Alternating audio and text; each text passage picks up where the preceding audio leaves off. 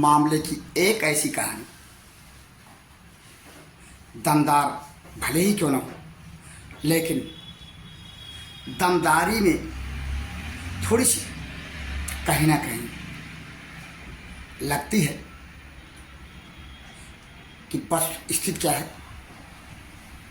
कहीं कोई और बात तो नहीं। हमारे पीछे जो शख्स दिख रहा है, युवा है, ईमानदार है, इसमें कोई दो राय नहीं, लेकिन यह शख्स जब कुछ स्थितियों को बदलने के चलते कुछ स्थिति ऐसी बदलती है कि उंगली उठती है इस शख्स पर कि आखिर कहानी बदली तो क्यों बदली। इसी शख्स से हम जानते हैं, सुने, जो दावेदारी है इस शख्स की वो है क्या।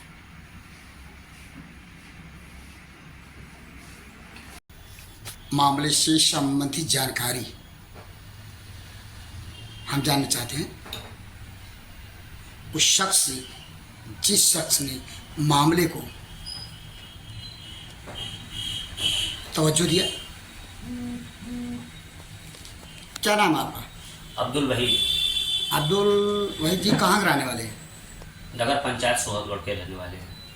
जनपद सिद्धार्थनगर। ये क्या मामला है आपके जो हॉस्पिटल है, उस मामले में आप क्या कहना चाह रहे हैं? सामुदायिक स्वास्थ्य केंद्र सोहतगढ़ में जो सामुदायिक स्वास्थ्य केंद्र बना है, ये भ्रष्टाचार का गढ़ बन चुका है। आए दिन यहाँ पर मरीजों को सुई दवाई नहीं मिलती है, दवाइयाँ बाहर की लिखी जाती हैं। सरकार के द्वारा, चाहे वो राज्य सरकार हो या केंद्र सरकार हो, जब भी पैसा आवंटित किया जाता है मरीजों की भलाई के लिए या अस्पताल के देखरेख के लिए, तो जिम्मेदार उस पैसे को खा जाते हैं। ये जिम्मेदार कौन से लोग हैं, नाम बता पाएंगे? क्या कौन लोग हैं ये जिम्मेदार? यहाँ के सामुदायिक स्वास्थ्य केंद्र सोहतगढ़ के जो अधीक्षक है वही इसके मालिक हैं, वही इसके सर्वा हैं, तो जिम्मेदार भी वही हैं। तो सामुदायिक स्वास्थ्य केंद्र जो अधीक्षक हैं जी, नाम बताएंगे आप? क्या नाम जी, वर्तमान में जो अधीक्षक हैं इनका नाम श्री सौरभ चतुर्वेदी जी है। सौरभ जी के ऊपर जी जो आरोप लग रहा है, जी उस आरोप को अच्छा सा उसे उठाने की कोशिश करें। देखिए, डॉक्टर सौरभ चतुर्वेदी जी की पोस्टिंग जब यहाँ पे होती है तो एनेस्थीसिया के ये डॉक्टर हैं, निश्चयता के डॉक्टर हैं। बेहोशी के पद पर यहाँ पे इनकी पोस्टिंग होती है और अधिकारियों और कर्मचारियों के मिली भगत से, पैसे के धन बल से इनको नवंबर के शुरुआती हफ्ते में ही यहाँ का अधीक्षक बना दिया जाता है। 2023 में लगभग 2 से ढाई महीने तक यहाँ के अधीक्षक रहते हैं और उस पद पर रहने के दौरान इन्होंने 30 दिसंबर 2023 को जब इनका यहाँ से ट्रांसफ़र होता है, मुख्य चिकित्सा अधिकारी सिद्धार्थनगर के यहाँ ऑफिस अटैच किया जाता है इनको, तब एक ही दिन में ये लगभग 22 लाख रुपए का पेमेंट संबंधित फर्मों को, कर्मचारियों को, आशा संगठनियों को अवैध रूप से कर देते हैं। फर्म अधीक्षक है तो भुगतान होना लाजमी है। किन फर्मों को आप चैलेंज करते हैं कि उनका पेमेंट गलत तरीके से या संदिग्ध परिस्थितियों में किया गया है?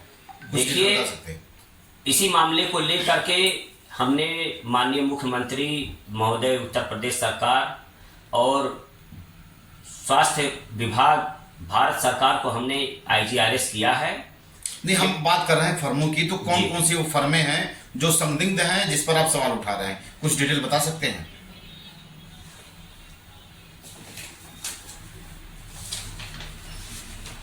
देखिए, ये मामला कुछ दिन पहले भी हमने बताया था और वो मामले आज भी हैं। इनके जो फर्म हैं और जो फर्मों को इन्होंने भुगतान किया है वो श्री साई ट्रेडर्स और श्री कृष्णा ट्रेडर्स है। और भी जो फर्म हैं वो बिना काम किए ही उनको भुगतान दे दिया गया है, जबकि जो भी भुगतान हुए हैं वो गलत तरीके से हुए हैं। देखिए ये हमारे पास जो अंडरलाइन आप अमाउंट देख रहे हैं, ये सब संदिग्ध भुगतान हैं जो यहाँ के कर्मचारियों को किया गया है और फर्मों को किया गया है। जबकि हॉस्पिटल में ना दवाइयाँ ही सप्लाई हुई हैं, ना स्टेशनरी ही सप्लाई हुई है, ना प्रसूताओं को भोजन पानी की व्यवस्था की गई है। उसके बावजूद भी इन फर्मों को भुगतान किस आधार पर डॉक्टर सौरभ चतुर्वेदी ने कर दिया, ये एक जांच का विषय है। जब भी हम इस मामले को लेकर के उच्चाधिकारियों को अवगत कराते हैं, उच्चाधिकारी अपने आप स्वेच्छा से अपने मन से आते हैं, जांच करते हैं और जांच करने के बाद वो ना हमसे संपर्क करते हैं, ना हमसे सबूत मांगते हैं और वो अपना रिपोर्ट भी लगा देते हैं कि आवेदक के द्वारा या शिकायतकर्ता के द्वारा कोई ऐसा साक्ष्य नहीं दिया गया है जिससे ये लगे कि भुगतान फर्जी हुआ है। जबकि शिकायत करने के दौरान हमने जितने भी संदिग्ध पेमेंट थे उनका हमने बिल वाउचर लगा दिया था। एक बार भी जो अधिकारी जांच करने के लिए आए थे, ये जिला लेखा अधिकारी आए थे, इनका नाम है श्री राजेश मिश्रा जी। श्री राजेश मिश्रा जी ने ना कभी हम लोगों को फ़ोन किया, ना कभी हम लोगों से कोई संपर्क किया और इन्होंने अपना रिपोर्ट लगा करके दे दिया कि ये यानी कहीं ना कहीं विभागीय लोगों की मिली भगत दिख रही है। बिल्कुल सर, बिल्कुल सर, बिल्कुल सर, इसमें विभाग की मिली भगत है। और कहीं ना कहीं जिम्मेदार अधिकारी जो जांच करने अधिकारी हैं, वो जिनके ऊपर आरोप लग रहा है उनको बचाने का काम कर रहे हैं, पूरी तरीके से उनको बचा ले जा रहे हैं। ये इसके पहले भी आपने शिकायत की है, करीबन 32 लाख रुपए की घोटाले की आपने बात कही है, वो मामला क्या है? देखिए उसमें मामला यह है कि 13 मार्च 2023 को यहाँ पे श्री राम गुलाम सिंह की पोस्टिंग अधीक्षक के पद पर होती है और वो लगभग 7 महीने तक यहाँ के अधीक्षक रहते हैं।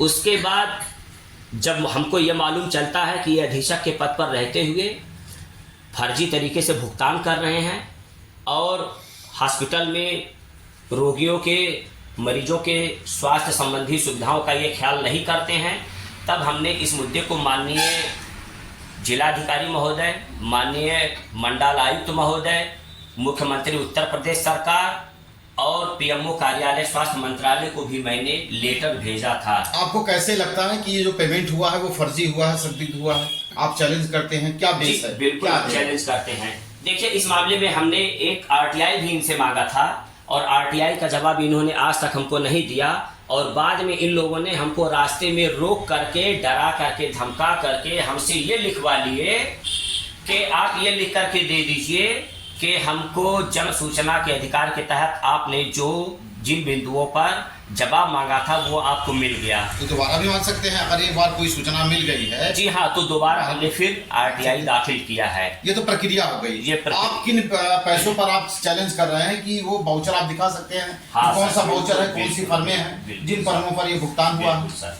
देखिए इस मामले को लेकर के मैं माननीय जिलाधिकारी श्री पवन अग्रवाल सर से मैं मिला भी था और उन्होंने हमसे एक एफिडेविट मांगा कि ये बड़े स्तर का मामला है, आप एफिडेविट बनवा करके हमको दीजिए, उसके बाद तब हम इसमें जांच कमेटी बनाएंगे और जांच करवाएंगे। तो मैं वहाँ से वापस चला आया।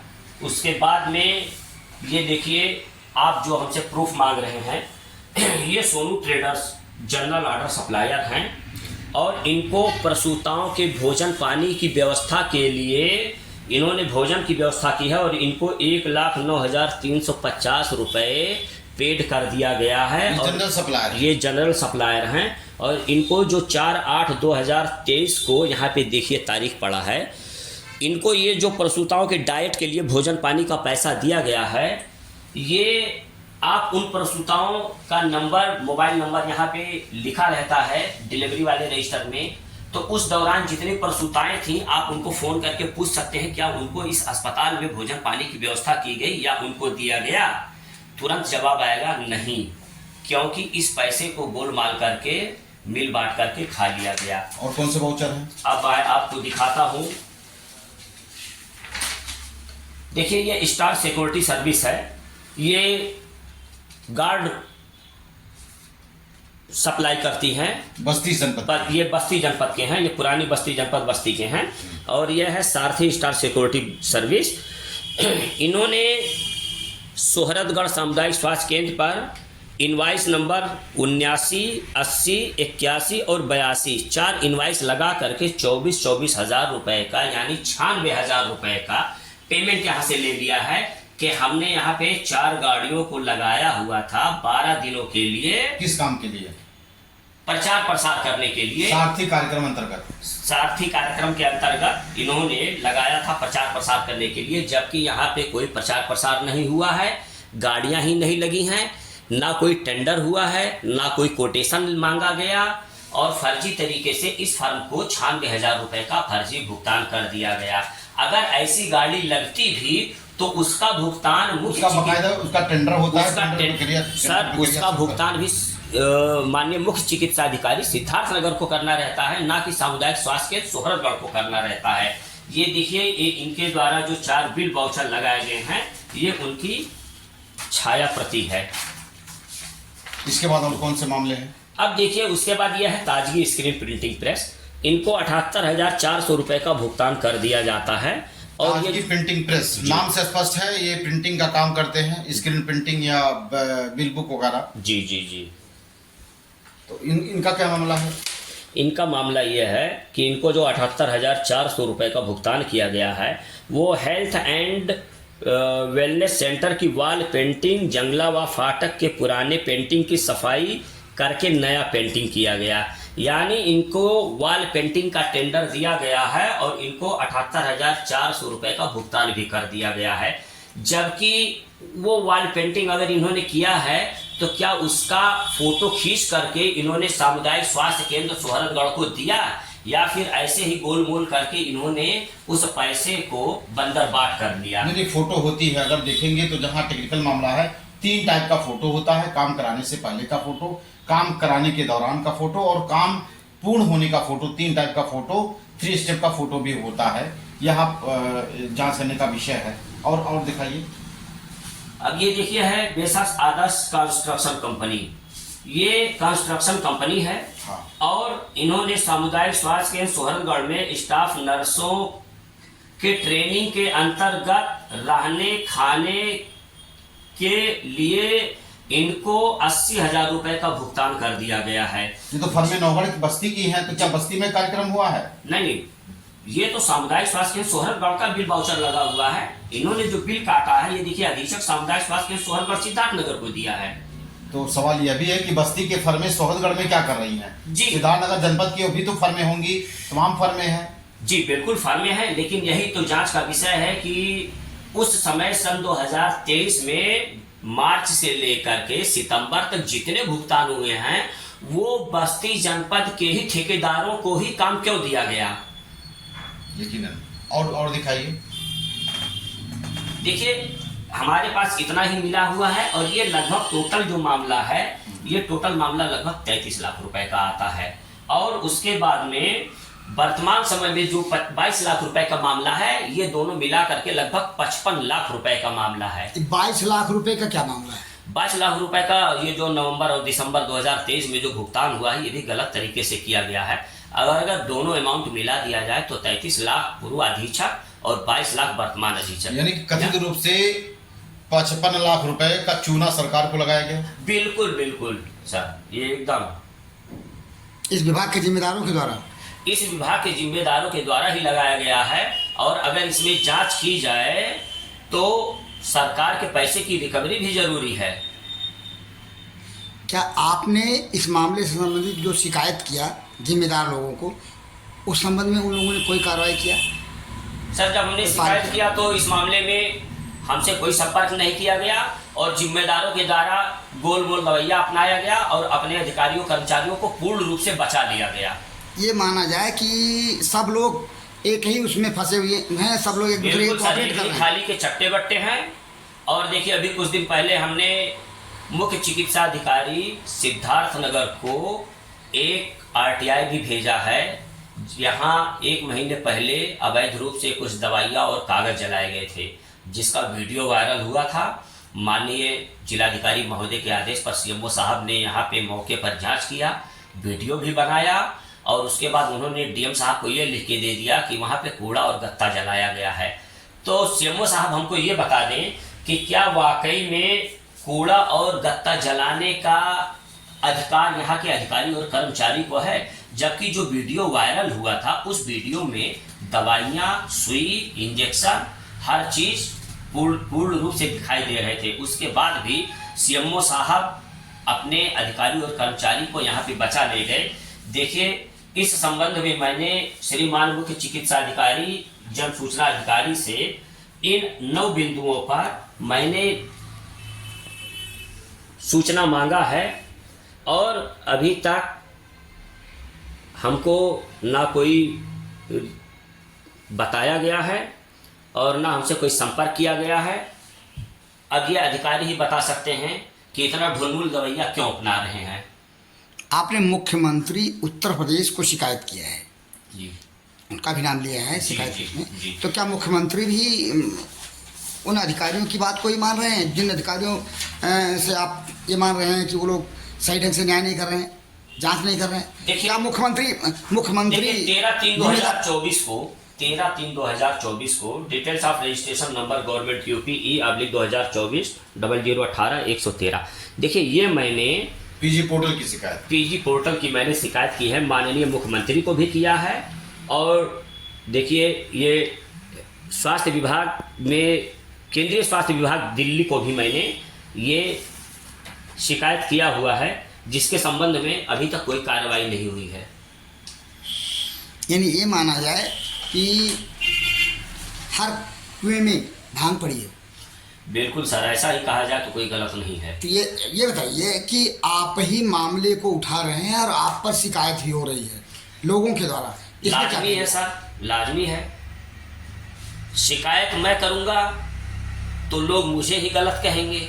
मैं प्रूफ दे रहा हूं, शिकायत भी कर रहा हूं, तो अधिकारी अपने बचाव के लिए, कर्मचारी अपने बचाव के लिए मुझ पे ब्लेम लगाएगा, मुझ पे झूठा इल्जाम लगाएगा। यानी आप ये मानते हैं कि आपके द्वारा की गई शिकायत को एक तरह से अलग रखा जा रहा है और उस पर उंगली उठ रही है और जिम्मेदार अधिकारी भी इस तरह से उसी के बात को मान रहे हैं जिसको आप शिकायत कर रहे हैं? बिल्कुल सर, जितनी बार मामला हुआ है उतनी ही बार हमने इस मामले को उठाया है और हमेशा ही हमारी बातों को दबा दिया गया है। अब या तो अभी आपने अपनी शिकायत में यह भी कहा कि जो कंस्ट्रक्शन कंपनियां हैं वो समोसा बेचने का काम कर रही हैं। हाँ, बिल्कुल सर। टेंट वाली जो टेंट किराए पर लगाते हैं वो बस्ती, यहाँ एक कार्यक्रम में आपने ये भी बताया कि भुगतान में एक परसिया में कार्यक्रम का आयोजन किया गया था, मेले कार्यक्रम का, और उसमें जो मेला कार्यक्रम लगाया गया वो बस्ती का टेंडर हुआ कथित रूप से और बस्ती का बिल वाउचर लगा करके उसको पेमेंट किया गया। क्या मामला है? बिल्कुल सर, ये देखिए, दिनांक 7/4/2023 को ये स्वास्तिक टेंट हाउस, नरहरिया स्टेट पोस्ट, पुरानी बस्ती, जनपद बस्ती, ब्रांच मड़या, खलीलाबाद, संत कबीर नगर, ये स्वास्थ्य मेला परसिया में लगा था 7/4/2023 को, यानी 7/4 अप्रैल, एक साल पहले ये मेला लगा है सिद्धार्थ नगर के सोहरतगढ़ ब्लॉक के अंतर्गत परसिया गांव में, और इसका टेंडर दिया जा रहा है स्वास्तिक टेंट हाउस, पुरानी बस्ती को। तो क्या जिम्मेदारों में सिद्धार्थ नगर का कोई ऐसा व्यक्ति तैयार लेने को नहीं हुआ? क्या इसका गजट कराया गया था? कहीं कुछ सूचना मिली आपको? इसका कहीं टेंडर प्रकाशन वगैरह कराया गया था? कहीं कुछ सूचना नहीं मिला आपको? सर, आज तक इस सामुदायिक स्वास्थ्य केंद्र सोहरतगढ़ में जितने भी भुगतान हुए हैं, कभी भी ना उनका कोटेशन मांगा गया है, ना कभी उसका कोई टेंडर ही निकाला गया है। सिर्फ कागजों में ही ये पूरी तरीके से पेट भर देते हैं। आपको पता है कि जो आरोप आप लगा रहे हैं, गंभीर आरोप लगा रहे हैं? बिल्कुल सर, मुझे मालूम है, मैं गंभीर आरोप लगा रहा हूं। अगर ये टेंडर निकलता तो कंफर्म है कि सोहरतगढ़ या सिद्धार्थ नगर की किसी ना किसी फर्म को मिलता। अब आप बता दीजिए, ये 25,500 रुपए के लिए क्या कोई बस्ती का ठेकेदार यहाँ आ करके टेंट लगा करके चला जाएगा? जरा बता दीजिए। यहाँ से बस्ती की दूरी लगभग 100 किलोमीटर है। 100 किलोमीटर वो टेंट का सामान लाएगा और ले जाएगा, तो उसका किराया कितना बनेगा? कम से कम 10 से 15 हजार उसका किराया हो जाएगा और ये 25,500 रुपए में ये पूरे टेंट का सामान सोहरगढ़ सामुदायिक स्वास्थ्य केंद्र के परसिया गांव में मेले के दौरान ये उपलब्ध करवा रहे हैं। ये सारी स्थितियां हैं, इन स्थितियों में आपको लगता क्या है? वो लोग क्या हर तरह से गोलमाल कर रहे हैं? गोलमाल इस तरह से कर रहे हैं कि फंस भी रहे हैं अपने कार्यों से? क्या लगता है सर? इसमें पैसे की बंदर बांट हो रही है, नीचे से ऊपर तक सारे अधिकारी पैसा खा रहे हैं। इस नाते कोई इसमें किसी को दोषी भी साबित नहीं कर पा रहा है। अब आप बता दीजिए सर कि इन्होंने 100 समोसा और चाय का पेमेंट दिया है 2,000। जरा आप बता दीजिए कि 2,000 रुपए में 100 समोसा और चाय आता है, यानी एक चाय और एक समोसे की कीमत 20 रुपए। क्या आप बता सकते हैं कि पूरे सिद्धार्थनगर जिले में कहीं 20 रुपए का चाय और 20 रुपए का अगर समोसा अगर मिलता हो तो आप बता दीजिए। वही बस्ती से लोग सप्लाई कर रहे हैं। हाँ बिल्कुल, ये स्वास्तिक टेंट हाउस देख लीजिए, इन्होंने इनवाइस नंबर 11 में ये देखिए स्वास्थ्य मेला परसिया दिनांक 7/4/2023 को ही चाय और समोसे की सप्लाई करते हैं, पानी की बोतल की सप्लाई करते हैं और उसके बाद में ये देखिए इन्होंने प्लास्टिक के गिलास की सप्लाई की है। 104 थाली भोजन की व्यवस्था इन्होंने की है। तो क्या ये बस्ती से भोजन, चाय, नाश्ता, पानी और समोसा लेकर के आए थे यहाँ पे इन्होंने दिया है? तो हो सकता है यहाँ पे दुकान चलाई हो, दुकान अपनी बनाई हो और उस दुकान के तहत सामान बना हुआ, ऐसा भी हो सकता है। यहीं पे काम सब कुछ। सर ये तो टोटल गोलमाल है सर, गोलमाल। क्योंकि ये जब हमने मौके पर पता किया तो मालूम चला कि अगर वहाँ पे पहली बात तो मेला लगा था ही नहीं, और अगर मेला लगा है तो वहाँ पे ये भोजन और पानी की व्यवस्था ही नहीं की गई थी।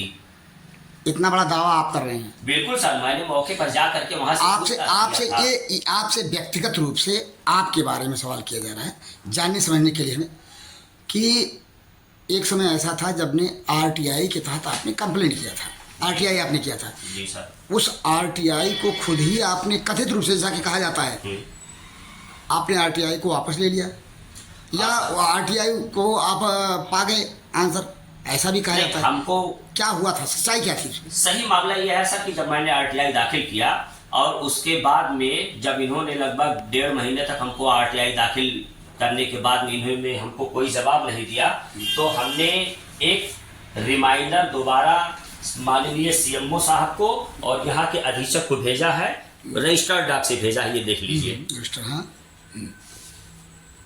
आपने वो किया। अब इसमें इसके बाद आप उसके बाद में यहाँ के अधिकारी और कर्मचारी हमको हमारे घर से बुलवाए और बोले हमारी नौकरी चली जाएगी, पैसे की रिकवरी हो जाएगी, हम बर्बाद हो जाएंगे, आप सिर्फ लिख के दे दीजिए कि हमको आरटीआई मिल गया है। मैं लिख करके नहीं दे रहा था। उसके बाद में हमको डराया धमकाया गया।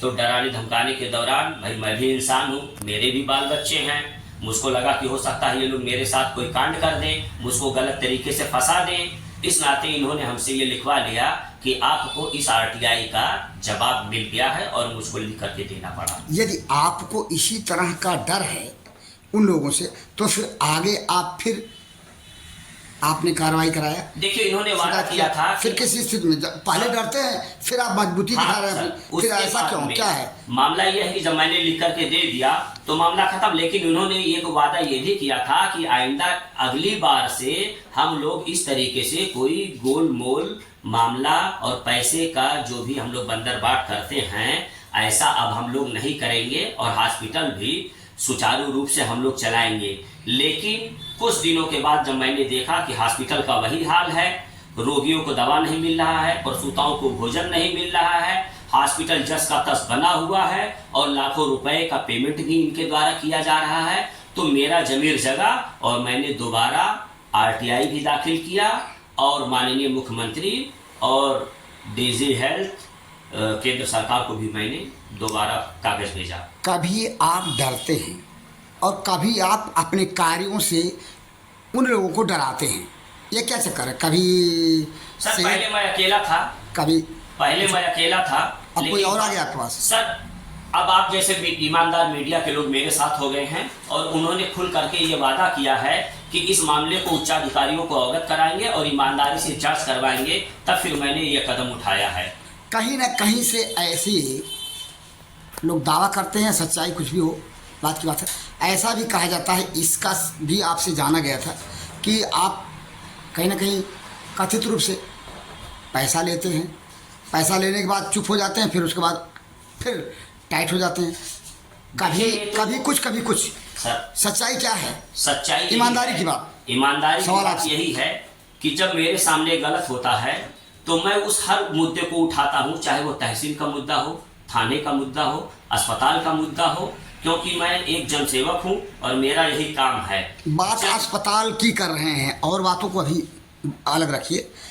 आप कभी मामला उठा लेते हैं, अभी दावा कर रहे हैं, और फिर मामला टाइट कर देते हैं, नया रुख अख्तियार करते हैं, तो कहीं ना कहीं तो डाउट होता है कि कहीं आप खुश होने के बाद चुप हो जाते हैं, फिर उसके बाद फिर अपना चोला बदलते हैं, फिर राइट होते हैं, तो कहीं ना कहीं क्या बात है, ऐसा सच्चाई क्या है? जब मुझे इस सामुदायिक स्वास्थ्य केंद्र से ये सांत्वना दी जाती है, मुझे ये भरोसा दिया जाता है कि अब अगली बार हम लोग ऐसा काम नहीं करेंगे और मरीजों के दुख सुख में भागीदार रहेंगे, सुइया दवाइयाँ उपलब्ध करवाएंगे, जैसा होना चाहिए हॉस्पिटल उस तरीके से चलाएंगे, तो हमको भी ये खुशी होती है कि हमारे यहाँ मरीजों को अच्छी तरीके से यहाँ पे सुविधा दी जाएगी। तो मैं वहाँ बैकफुट हो जाता हूँ, लेकिन बाद में मैं देखता हूँ कि ये लोग वैसा ही हरकत कर रहे हैं जैसा इन्होंने पहले किया है, तो मैं दोबारा कंप्लेन करता हूँ, दोबारा इनको बताता हूँ कि आपने जो वादा किया था वो गलत किया था। हाँ, इल्जाम ये जो लगा रहे हैं पैसे का, ये गलत लगा रहे हैं। अगर इन्होंने कभी मुझे पैसा दिया हो और वीडियो रिकॉर्डिंग ये हमको दिखा दें, मामला तो तब सवाल ये उठता है, वीडियो दे ले करके जब किसी को देगा और किसी कोई देगा तो वह भी फंसेगा, वह भी फंसेगा, जैसा कि आप फंसेंगे, दोनों फंसेंगे। मेरा मकान सामुदायिक स्वास्थ्य केंद्र के ठीक सामने है और मेरी उम्र 40 साल है। आज तक कभी मैंने इस मामले को कभी मुझे मालूम भी नहीं था कि हॉस्पिटल में ऐसा होता है। आज जब मैं जानकार हुआ, अस्पताल के अधिकारी और कर्मचारी ही कुछ लोग मेरा साथ दे रहे हैं और मुझे बता रहे हैं कि देखिए यहाँ पे ऐसा ऐसा हो रहा है और उसमें आप ही लोगों का नुकसान है। क्योंकि अक्सर इमरजेंसी के केस जब आते हैं तो लोग हमारे पास ही फ़ोन करते हैं, भैया हॉस्पिटल के सामने आपका मकान है, जरा डॉक्टर साहब से रिक्वेस्ट कर दीजिए, अच्छे से सुई दवा कर दें, अच्छे से ट्रीटमेंट कर दें, हमारे मरीज को रिफ़र ना करें। तो इस मामले को लेकर अक्सर हम लोग जाते रहते हैं और अधिकारियों से, डॉक्टरों से, कर्मचारियों से हम लोग की बातचीत होती रहती है। और कभी भी अगर ये हमारे ऊपर इल्ज़ाम लगा रहे हैं तो ये गलत लगा रहे हैं। क्योंकि पहला इल्ज़ाम तो मैंने लगा दिया और मैंने ये प्रूफ भी दे दिया कि हाँ, ये सामुदायिक स्वास्थ्य केंद्र सोहरतगढ़ भ्रष्टाचार में लिप्त है। अगर मैंने पैसे की डिमांड की थी तो फिर ये कैमरे के सामने क्यों नहीं कह रहे हैं कि हाँ, उन्होंने पैसे का डिमांड किया था और पैसा मांगा गया है। ये तो वही हो गया, उल्टा चोट कोतवाल को डांटे। हम सामुदायिक स्वास्थ्य केंद्र सोहरतगढ़ में आप लूटपाट कर रहे हो और इस मामले को लेकर के जब हम मामले को मीडिया के समक्ष लाते हैं, अधिकारियों के समक्ष लाते हैं, तब आप कहते हो कि फलाने तो पैसा मांग रहे हैं। सवाल जहाँ दुविधा की स्थिति में तब बनती है, एक बार आप टाइट होकर के आरटीआई मांगे ना? बिल्कुल सर, मांगा मैंने, फिर चुप हो गए, यानी मामले को फिर टाइट होने से लूज किए। इस बात को मानते हैं आप ना? मानते हैं। आरटीआई को आपने बैक किया, यानी ख़त्म किया, ये माना जाए। हाँ सर। फिर आपने शिकायत की तो एक मिनट, शुरू से ही आप टाइट क्यों नहीं रहे? सवाल ये उठ रहा है, कहीं ना कहीं इस बात की दुविधा पैदा होती है। देखिए, दुविधा पैदा कि आपने चुप्पी साधा, आरटीआई को आपने चुप्पी साधा। यहाँ सवाल उठता है, आप किसी फिर कोई अगर आपके अनुसार कुछ लोग अगर फिर बेईमान हुए तो फिर आप टाइट हो गए। देखिए सवाल यहाँ उठता है कहीं ना कहीं। पहली बार मैंने आरटीआई दाखिल किया और लगभग 2-2.5 महीने तक जब जवाब हमको नहीं मिला और मैंने दोबारा जब रिमाइंडर भेजा अधीक्षक को और सीएमओ साहब को, तो उसके बाद ये हुआ कि सर हम भी इंसान हैं, गलती हो गई, अब ऐसा गलती नहीं करेंगे। तो मेरा आगे की लड़ाई क्या होगी? अगर इस पे भी बात नहीं बनती है तो आगे की लड़ाई क्या? सर, आगे की लड़ाई यही होगी कि अब हम चुप नहीं बैठेंगे, इस मामले को पूरी तरीके से लोगों के सामने लाएंगे। आप जैसे मीडिया वाले हैं, इस मामले को उच्च अधिकारियों को अवगत कराइए।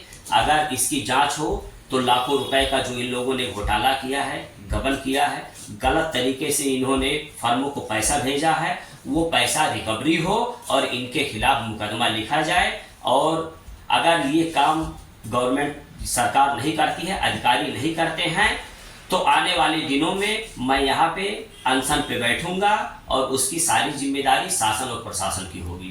यानी आपका दावा नया इसी मजबूती के साथ इस उम्मीद को लेकर के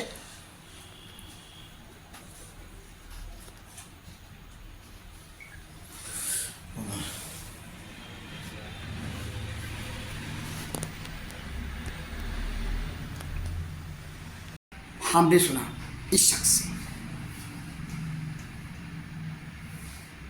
कभी कुछ कभी कुछ, कभी आरटीआई मांगा और दमदारी के साथ पहल किया, लेकिन कथित रूप से इस शख्स का जो दावा है कि जो दावा किया उस दावे को बदल दिया, तो फिर उंगली उठती है। हमने जो आप सुनाया इस शख्स से, इस शख्स का दावा है, इसमें कोई दो राय नहीं, लेकिन दावे में कभी कुछ ऐसी बदली हुई स्थिति नजर आई।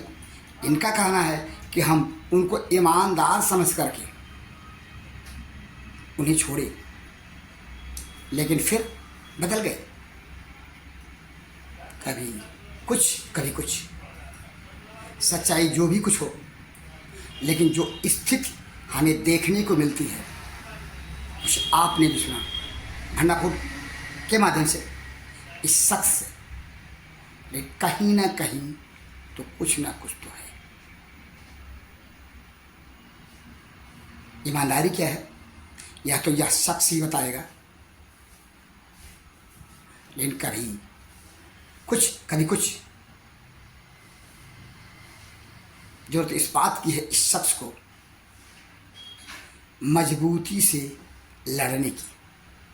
अगर लड़ने का दम है तो मीडिया तो सहयोग करेगा, लेकिन तब तक सहयोग करेगा, तब तक सहयोग कर सकेगा जब तक कि पीछे